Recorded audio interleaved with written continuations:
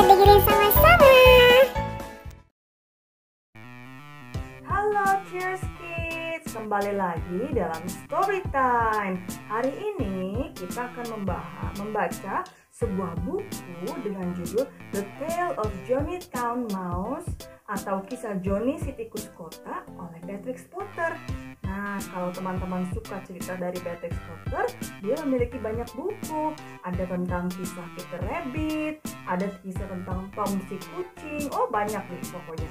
Hari ini kita mau dengarkan cerita tentang kisah Johnny si Tikus Kota. Seperti apa ceritanya? Yuk kita dengarkan.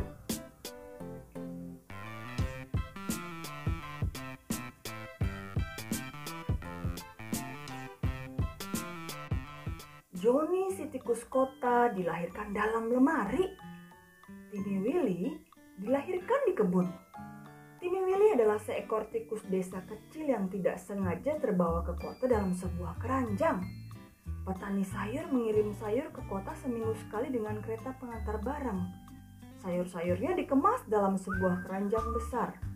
Pak Tani meninggalkan keranjangnya di depan gerbang kebunnya supaya kusir kereta barang bisa mengambilnya ketika dia lewat. Dan Timmy Willy merayap masuk lewat lubang di keranjang itu. Dan setelah makan beberapa butir kacang polong, Timmy Willy tertidur nyenyak. Dia terbangun dengan kaget ketika keranjangnya diangkat ke kereta. Kemudian terasa ada entakan dan kaki-kaki kuda yang berderap. Bungkusan-bungkusan lain dilempar ke dalam kereta. Selama berkilo-kilometer entak. Dan Timmy Willy gemetar di antara tumpukan sayuran. Akhirnya kereta itu berhenti di sebuah rumah. Keranjang diturunkan, dibawa masuk dan diletakkan di lantai. Juru masak membayar pembawa barang dengan sejumlah uang dan kereta pun berlalu. Tetapi suasana masih bising. Kedengarannya ada ratusan kereta lewat. Anjing-anjing menggonggong, anak laki-laki bersiul di jalanan. Juru masak tertawa, pelayan naik turun tangga dan seekor burung kenari bernyanyi seperti mesin uap. Timmy Willy yang seumur hidupnya tinggal di kebun, ketakutan sekali. Akhirnya si juru masak membuka keranjang dan mulai mengeluarkan sayur mayurnya. Timmy Willy yang ketakutan meluncur keluar. Juru masak melompat ke atas kursi sambil menjerit-jerit, "Tikus! Tikus! Ayo panggil kucing! Panggil kucing! Ambilkan pengorek api, Sarah!" Timmy Willy tidak menunggu Sarah datang membawa pengorek api. Dia berlari sepanjang papan lantai sampai tiba di sebuah lubang kecil dan masuk dalam lubang itu. Dia terjatuh dari ketinggian 15 cm dan terpelanting ke tengah pesta para tikus dan memecahkan 3 gelas. "Astaga, siapa ini?" tanya Johnny si tikus kota kaget. Tetapi setelah itu dia segera menyambut ramah tamunya. Dengan amat sopan, dia memperkenalkan Timmy Willy kepada 9 tikus lainnya. Semuanya berekor panjang dan memakai celemek putih di leher. Ekor Timmy Willy pendek dan biasa saja.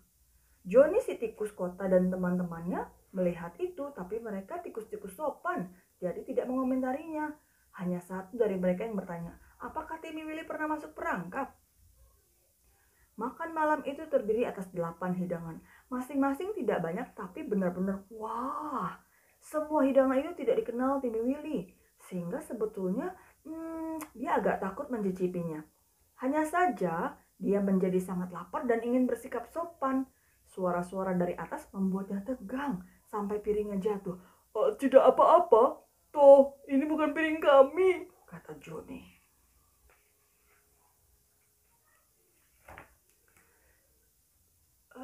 "Kenapa anak-anak yang mengambil hidangan penutup tak datang-datang?"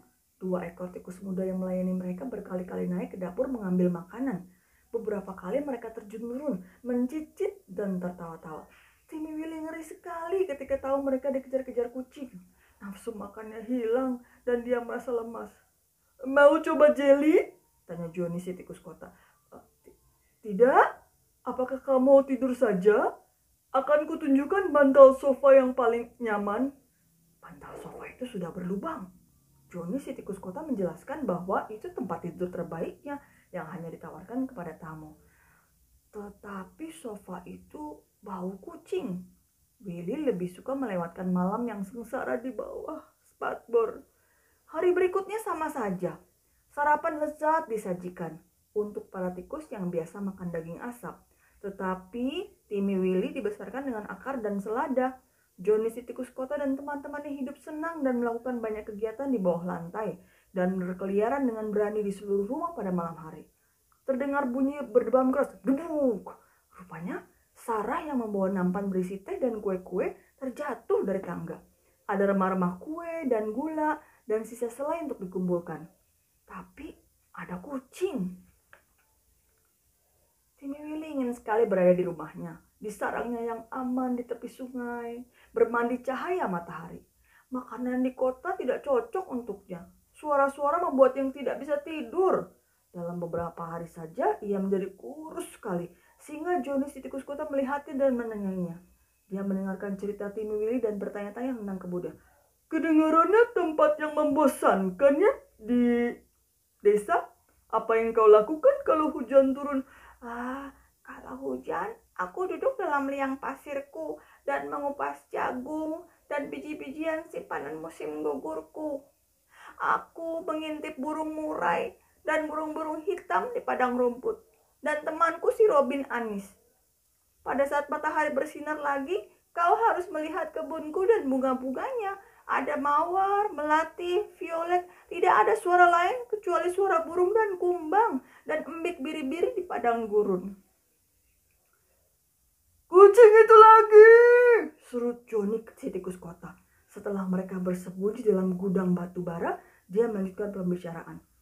Kuakui aku agak kecewa, tapi kami telah berusaha untuk menyenangkanmu, Timothy William. Oh ya, kau baik sekali, Johnny. Tapi aku sungguh tidak betah, kata Timmy Willy. Seperti apa kelanjutan ceritanya? Kita tunggu minggu depan ya. Tetap di Cheer Kids Storytime. Bye-bye. Wah, teman-teman, seru sekali ya mendengarkan cerita tentang Johnny si tikus kota. Kita lanjutkan minggu depan ya.